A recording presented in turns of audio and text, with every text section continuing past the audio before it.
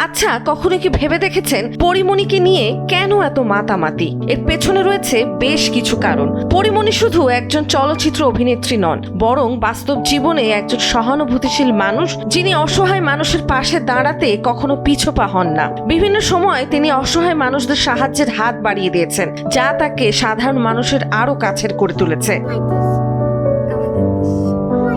পরিমণির জীবনের সবচেয়ে আবেগময় অধ্যায় হলো মাতৃত্ব। একটি পুত্র সন্তানের পর তিনি একটি কন্যা সন্তানও দত্তক নেন। ব্যক্তিগত জীবনের নানা চ্যালেঞ্জের মাঝেও সন্তানের মুখে হাসি ফোটানোর চেষ্টা তাকে একজন দৃঢ় ও আবেগময় মায়ের পরিচয় দিয়েছে। জীবনে অন্য বিষয়গুলোই আমি ফেইল করলেও মাদারহুডে আমি কখনো ফেইল করতে চাই না, করবও না। Behind the fame with RRK পডকাস্টে এমনটাই বলেছেন এই অভিনেত্রী। শত সমালোচনার ঝড় পেরিয়েও পরিমণি যেন দাঁড়িয়ে আছেন একজন নারী, একজন মা আর এক অদম্য মানবিকতার প্রতিচ্ছবি হয়ে। নন্দিনী আহসান, সময়ের আলো।